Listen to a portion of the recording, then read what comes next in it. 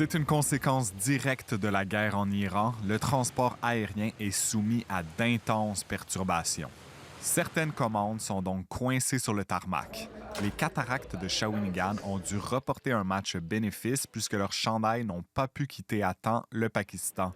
C'est le sort qui guette d'autres entreprises. Alors, on n'a pas encore eu de répercussions, mais c'est clair que c'est des choses qui nous inquiètent parce que dans le textile, on sait que la plupart des fournisseurs ne viennent pas nécessairement du Canada. On pourrait dire que c'est nouveau. Ça fait quoi, 5 jours à peu près, 5-6 jours? Pour l'instant, non.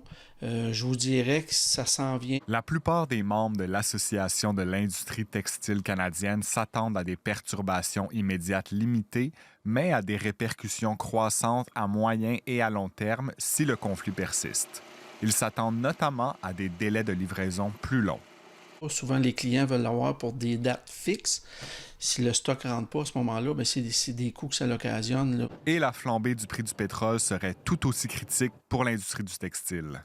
Et on s'entend que partout dans le monde, si le pétrole augmente, mes fournisseurs, les coûts vont augmenter pour recevoir le stock par transport. Fait qu'à ce moment-là, les coûts de transport vont automatiquement indexer les vêtements, les casquettes, tout ce qu'il y aura à ce moment-là, là. Et l'approvisionnement chez des fournisseurs locaux ne se fait pas sans conséquences. C'est pas le même coût exact. Fait qu'il y a beaucoup de gens qui ont à cœur l'achat local, mais lorsqu'ils voient la facture en bout de ligne, souvent, ils vont se retourner de bord pour se dire, finalement, on va prendre l'alternative externe. Ouais. C'est sûr que les coûts sont plus élevés à ce moment-là, mais c'est une bonne opportunité là, de pousser nos ventes au niveau québécois et canadien. L'Association de l'industrie textile canadienne voit une opportunité d'évolution de son milieu, mais qui demandera de la résilience. Ici Jules Couturier, Radio-Canada, Trois-Rivières.